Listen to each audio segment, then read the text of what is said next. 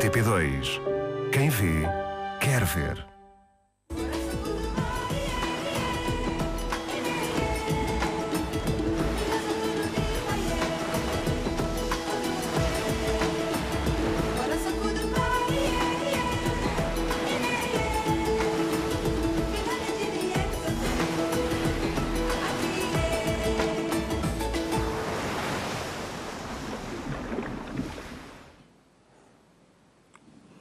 Bem-vindo ao Mar de Letras.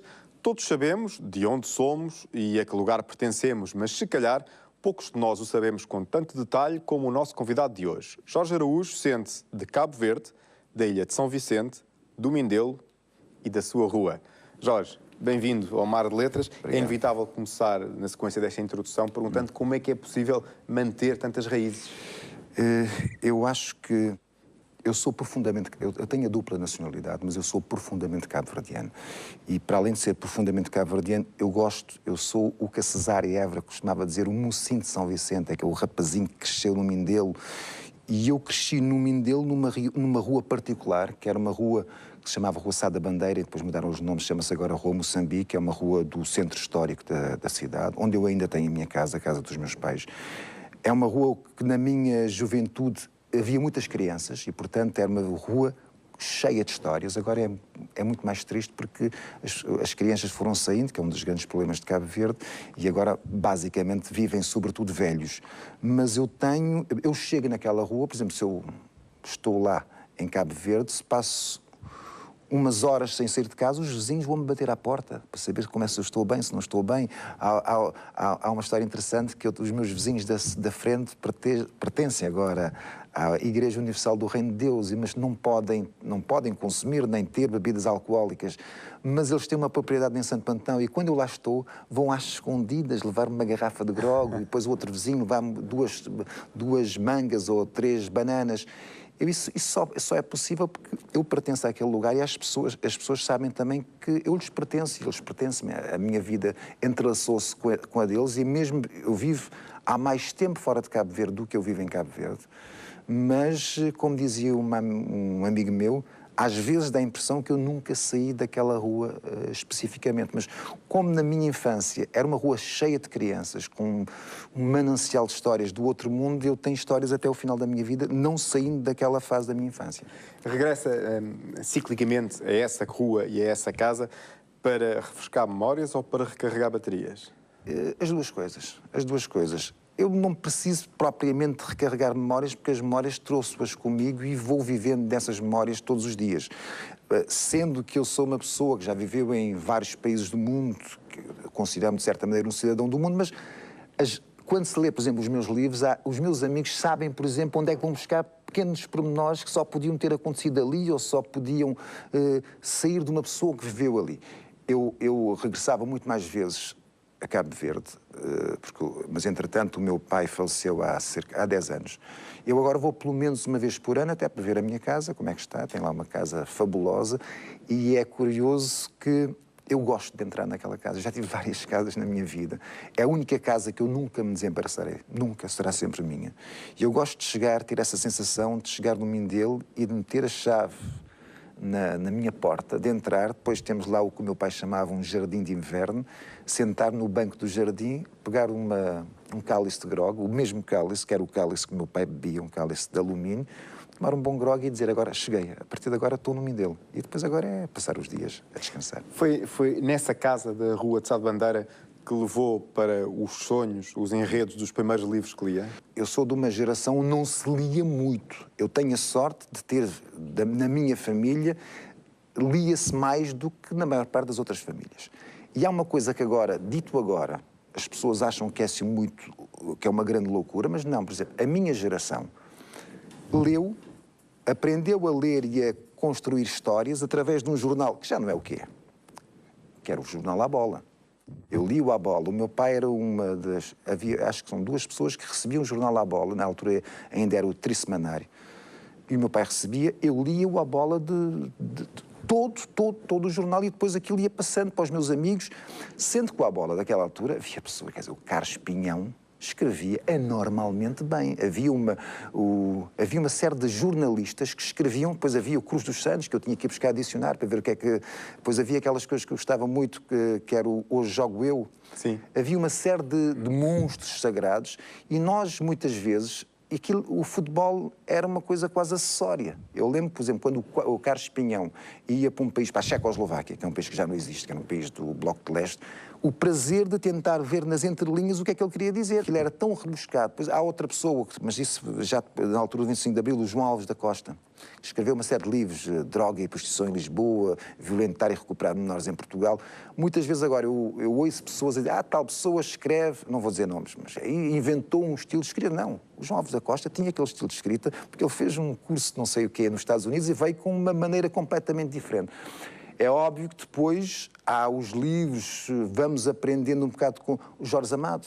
O meu pai, eu tenho outra sorte, é que nós, em Cabo Verde, éramos muito virados para o Brasil. Sim. A música, por exemplo, eu sempre cresci, as minhas histórias de criança, houve uma altura que eu não vivia no Mindelo, o meu pai trabalhou no Sal, na Ilha do Sal, que tinha o grande aeroporto.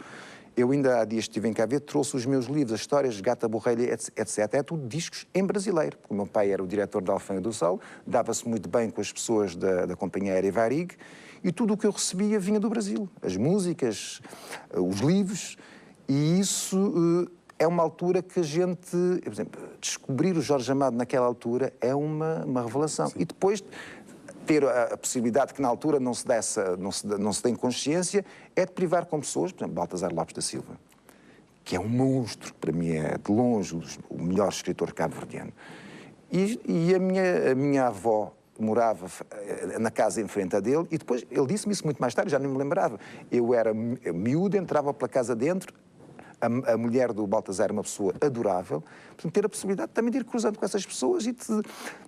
Eu costumo dizer também uma coisa que é o seguinte, em Cabo Verde, como em alguns países africanos, em Angola, uma pessoa não precisa ter grande capacidade de dimensão, vai-se tropeçando nas histórias. O meu pai era um grande contador de histórias e eu tenho, sobretudo, o meu padrinho, que ainda é vivo, tem 95 anos, que é uma figura ímpar do Mindelo, que é a pessoa que eu mais aprecio, a qual eu estou o escritor favorito. Não. O contador de histórias que eu aprecio mais é o meu padrinho, porque ele tem a capacidade, a partir do real, de ir inventando, pois já não se sabe o que é verdade, o que é imaginário, e ainda ele vem todos os anos a Lisboa. E eu faço questão de ir todos os dias à casa dele. As pessoas, mas tu vais à casa dele, de ficar todos os dias, mas eu vou porque eu estou lá 1 hora ou 2 com ele. A sorver histórias. A sorver, porque ele não para, ele é completamente... Ele tem uma loucura saudável que não existe, quer dizer, é uma bênção saber que ter tido a possibilidade de ter este padrinho e da maneira como as coisas funcionam em Cabo Verde, quando o meu pai ter morrido, praticamente de me ter passado. É o meu pai agora, praticamente é o meu pai. O Jorge, que mais adiante na sua vida vem a escrever sobre o primeiro beijo, relembra-se qual é que foi a sua primeira história? Há muitas pessoas que perguntam, mas isso foi o teu primeiro... Eu tenho uma história muito interessante, que há uma amiga minha em Cabo Verde, que há uns 6 ou 7 anos, quando eu lá estive, que é muito bonita, ainda é muito bonita, chama-se Gisela Mariano. E ela dizia-me, mas tu tinhas mania, tu não nos passavas cartão, achavas-te isto e achavas aquilo, e depois eu disse-lhe uma coisa que depois ficou um bocado... Não. Nós fomos namorados. Eu é que me esqueci de te dizer, mas isso, por curiosamente, eu não uso isto no Benjamin, uso mais Nem Tudo Começa com Beijo. Sim. Eu fui teu namorado, mas esqueci-me. Agora é tarde demais, pronto. Os seus primeiros projetos, se tivessem sido concretizados, tinham-no levado para uma carreira, possivelmente no cinema, queria ser realizador. O que é que ganhou com a troca pela comunicação social que o seu pai sugeriu? Sugeriu ou impôs? Não, meu pai não sugeriu. Meu pai não queria que fosse cinema, ponto final. Ele achava... Mas também, quer dizer, falando agora, as coisas parecem tudo muito fáceis, mas quando eu acabo o liceu, na altura é o 7º ano, e que vou para a Bélgica, não havia assim...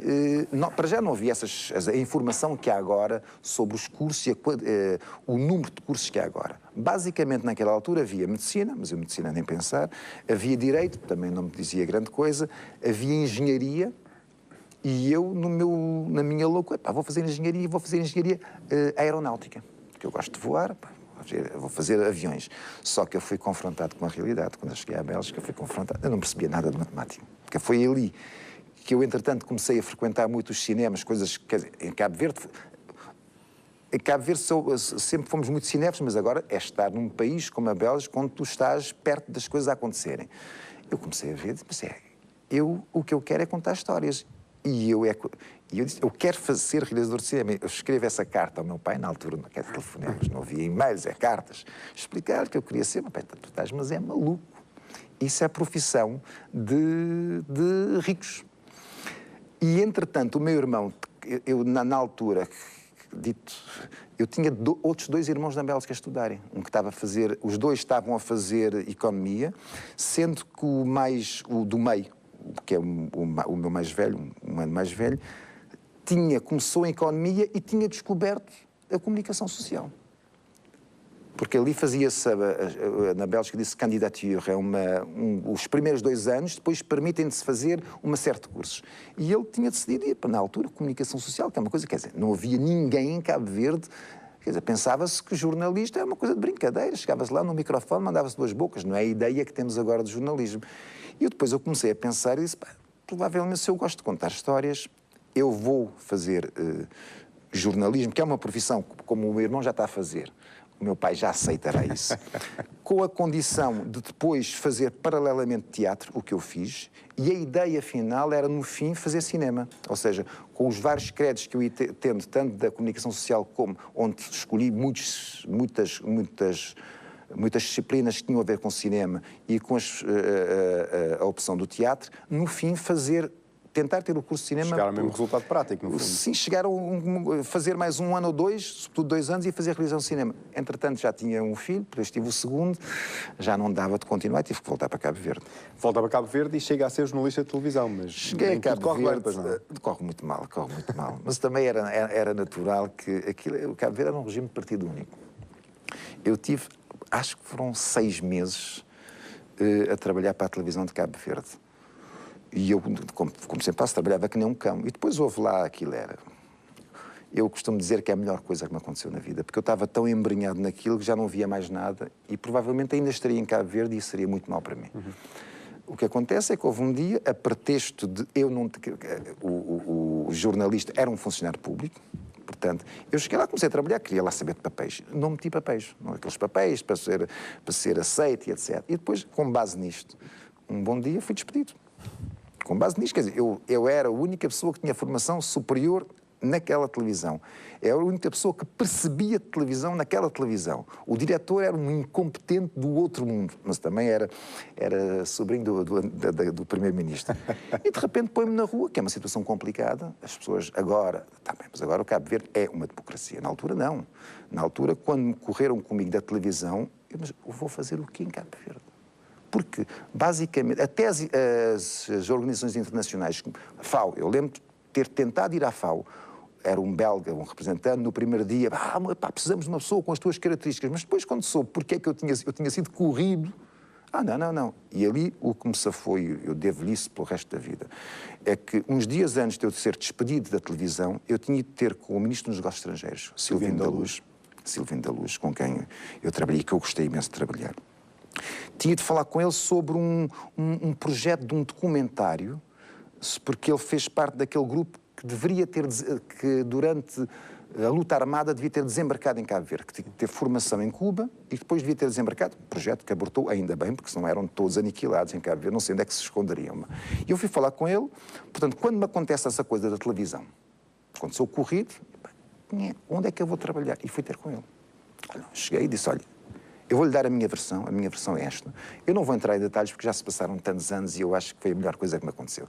Aconteceu-me isto e aquilo, por causa disto, isto e aquilo. Você vá perguntar, pode ir ter com o ministro que me demitiu e pergunte-lhe a versão. Eu estou-lhe a dar a minha versão, mas você pode ir. Eu não tenho outra solução aqui em Cabo Verde, eu gostaria de trabalhar consigo. Ele disse, não vou perguntar, vais trabalhar comigo. E eu fiquei como chefe de gabinete, que foi um período da minha vida, sobretudo porque era uma altura em que Cabo Verde, sendo um país muito pequeno, era um país muito forte diplomaticamente. Muitas das coisas, e eu já falei com o ministro Silva Vindalude várias vezes, eu acho que é uma pena, e ele cultiva muito o secretismo. E por cultivar muito o secretismo, agora, quando se falam de coisas tão básicas como a independência da Namíbia, tão importantes como a independência da Namíbia, a paz em Angola, a retirada das tropas cubanas, o fim do apartheid, ninguém se lembra de Cabo Verde. E Cabo Verde teve um papel decisivo, nomeadamente graças ao Silvino da Luz, que era um grande... Eu lembro de diplomatas, ministros chegarem lá, punham-se em sentido, porque ele era muito forte. Dava-se bem. Pois é, dava-se bem com os americanos, dava-se bem com os angolanos, dava-se bem com os cubanos, não fechava portas, mesmo ele tem que falar assim muito duro, mas não é. Não fechava. A África do Sul, por exemplo. Apesar de Cabo Verde, nunca, os aviões da África do Sul sempre aterraram em Cabo Verde, o que a Organização da Unidade Africana nunca quis, e vocês... Mas, quer dizer, isso é uma fonte de rendimento, se nós deixamos de ter isso, como é que a gente funciona? De facto, o Jorge tem uma vertente literária muito mais próxima da ficção, se bem que, curiosamente, uma grande parte dela, e já vamos falar sobre isso, parte de histórias reais. Agora vamos partilhar consigo um momento de surpresa, que o Jorge também vai ter, quando descobrir como soa o que escreveu nas vozes de quem abordámos nas ruas.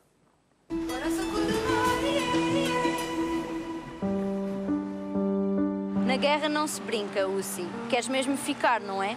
Então para de discutir e porta-te como gente grande. Ele portou-se, transportou armas e munições para a linha da frente.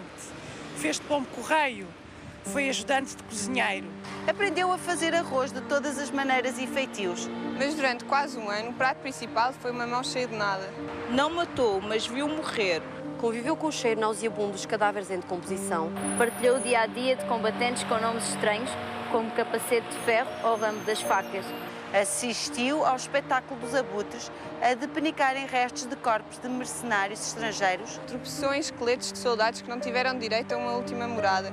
Caminhou entre os horrores de uma guerra fratricida com a mesma inocência com que antes pedalava na sua bicicleta. Pelas ruas da cidade de asfalto.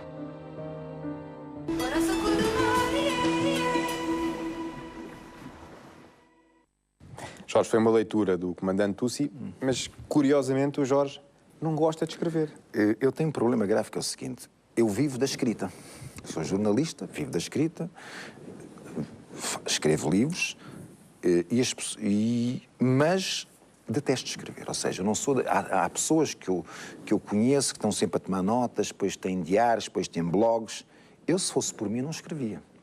O que acontece é que eu gosto de contar histórias. E há um momento em que a história é mais importante do que eu, e eu sou um mero intermediário entre o que eu vi, o que eu me apercebi, o que eu quero e o que eu conto, mas eu nunca me considero dono de uma história. Há pessoas que se colocam em bico de pés. Eu detesto que me chamem escritor.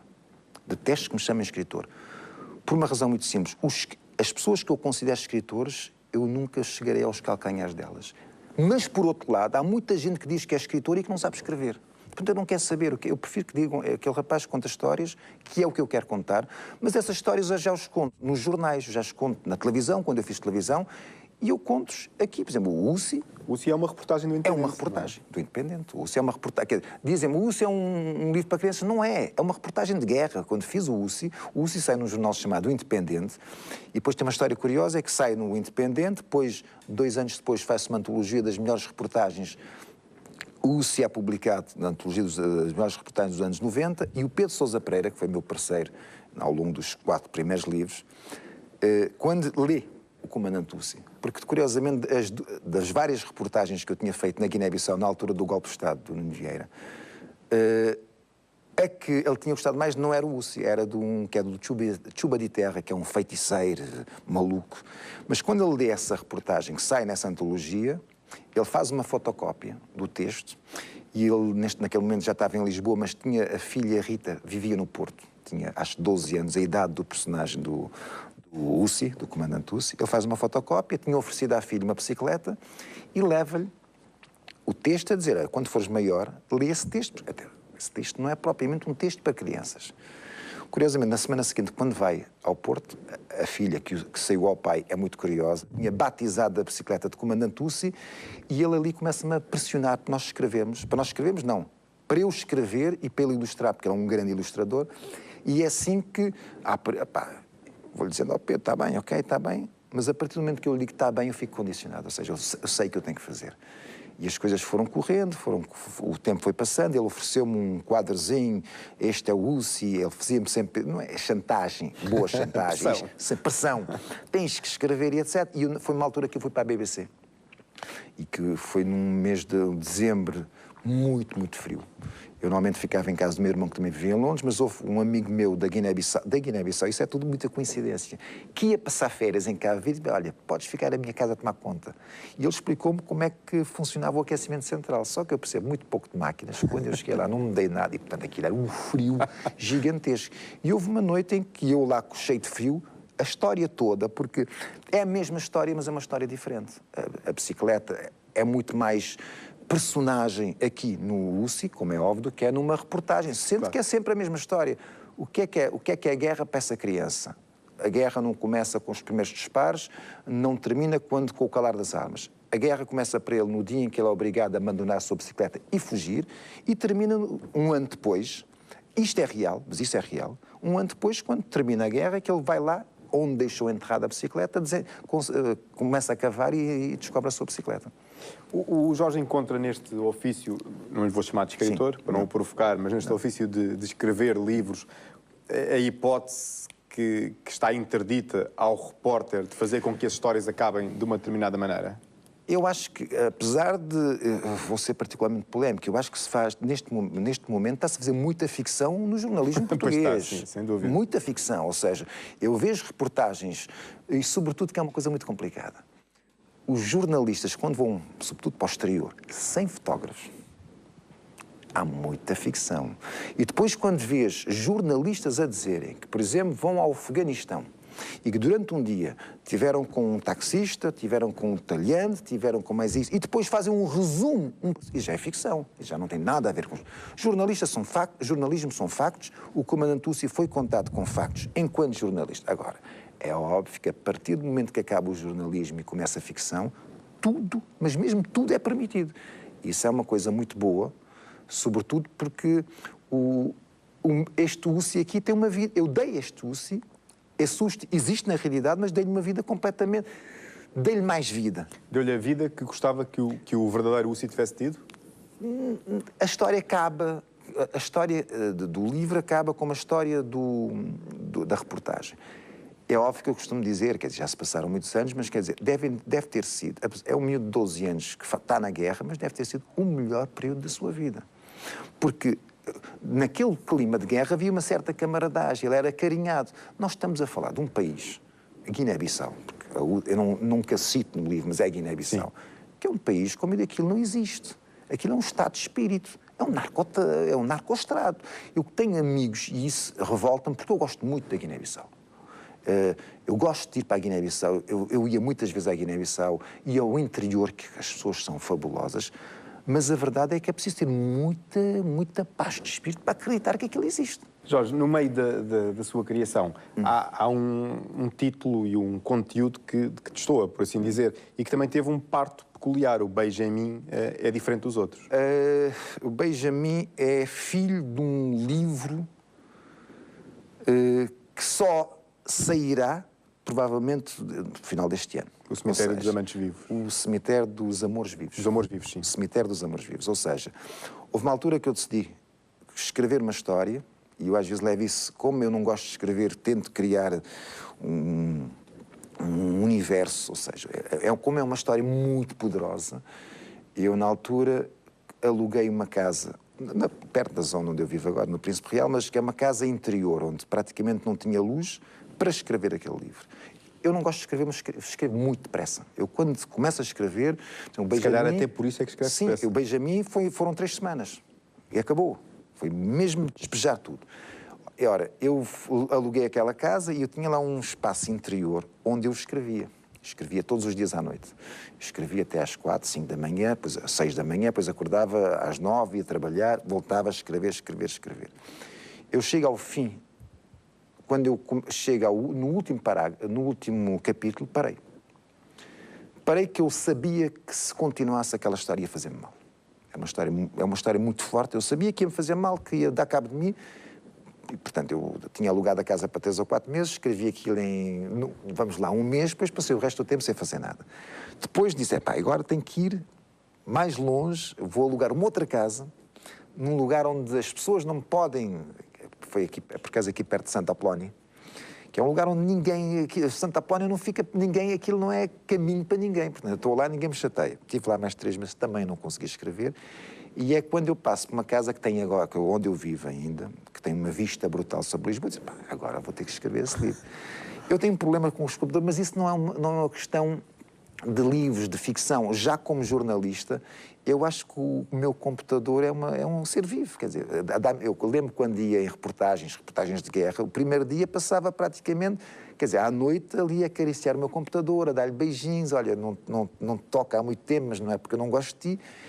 E é então que eu começo a preparar-me para escrever o último capítulo. O que é que acontece? Eu tinha essa ideia, a primeira frase do Benjamin, escrevi aquela frase, fui brincando, e depois escrevi o livro. E agora acontece uma coisa completamente diferente agora, os últimos tempos. É que eu tenho um projeto, sinto que falar de projetos, eu tenho uma ideia de um livro que eu quero escrever para ser publicado só no Brasil. E que eu já comecei a escrever o ano passado, escrevi, mas eu depois, como não confio muito na sorte, quando as coisas vêm muito depressa, depois paro um bocadinho. E já ia no segundo capítulo, tenho a história toda na cabeça, portanto é relativamente fácil de escrever. E eu parei na altura, há um ano e tal. Este ano, como é uma coisa que tem a ver com futebol, e eu quero que seja publicado, gostaria que fosse publicado antes do Mundial, porque tem a ver com... Essa história não queria que... Bom, mas tem a ver com um gol mítico, que é uma história que aconteceu comigo porque eu era jogador de futebol. E depois eu vou transferir isso para o Brasil. E eu ia começar a escrever isso, porque era o que eu queria fazer. E aconteceu-me exatamente o que eu começo, para ganhar embalagem, voltei para o Cemitério dos Amores Vivos e, de repente, eu começo a rever os capítulos todos que eu já tinha escrito. Coisas, algumas já nem me lembrava que tinha escrito. São boas surpresas, outras, eu é que escrevi isso, não é grande coisa. E depois foi muito rápido, sendo que o livro está feito, eu não me disse a nenhuma das minhas editoras, eu estou numa situação muito confortável, é que eu não estava a contar com esse livro. Portanto, neste momento, até não me apetece ir dizer a alguma das minhas editoras, olha, já está um livro feito. Não me apetece, quero ficar com esse livro mais algum tempo. Provavelmente vou começar agora a escrever o outro livro para o Brasil e depois logo se verá. Eu trabalho com 1 ou 2 editoras aqui em Portugal, provavelmente depois lá, eu imagino que para outubro deve estar cá fora. Mas não é a minha prioridade. Se não estiver cá fora também não me preocupo, porque a minha prioridade é outra.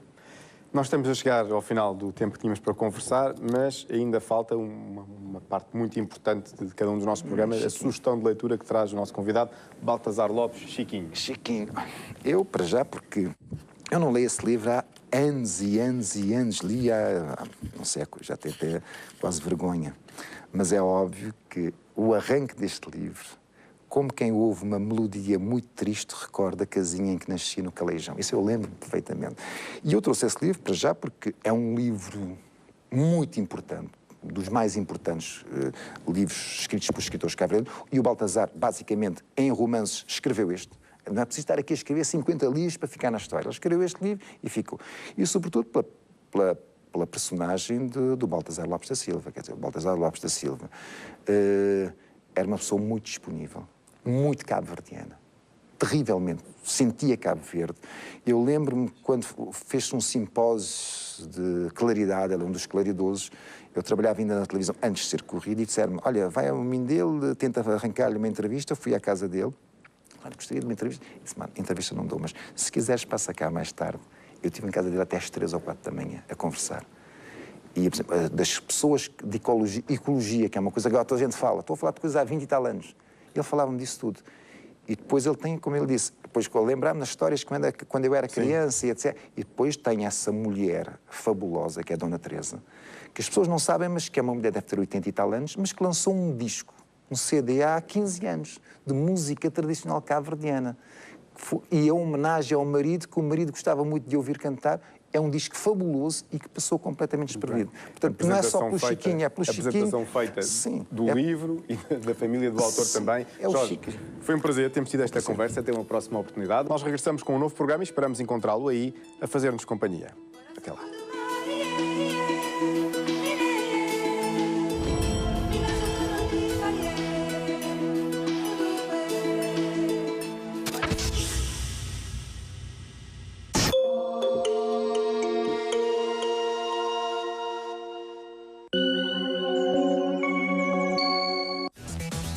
dado adquirido no nosso dia-a-dia. Mas poucas pessoas sabem quais os segredos que escondem. Em 7 episódios, a Fibernamics da Universidade do Minho mostra-nos como vivemos num mundo feito de fibras. O extraordinário mundo das fibras. Estreia amanhã às 13 horas na RTP2.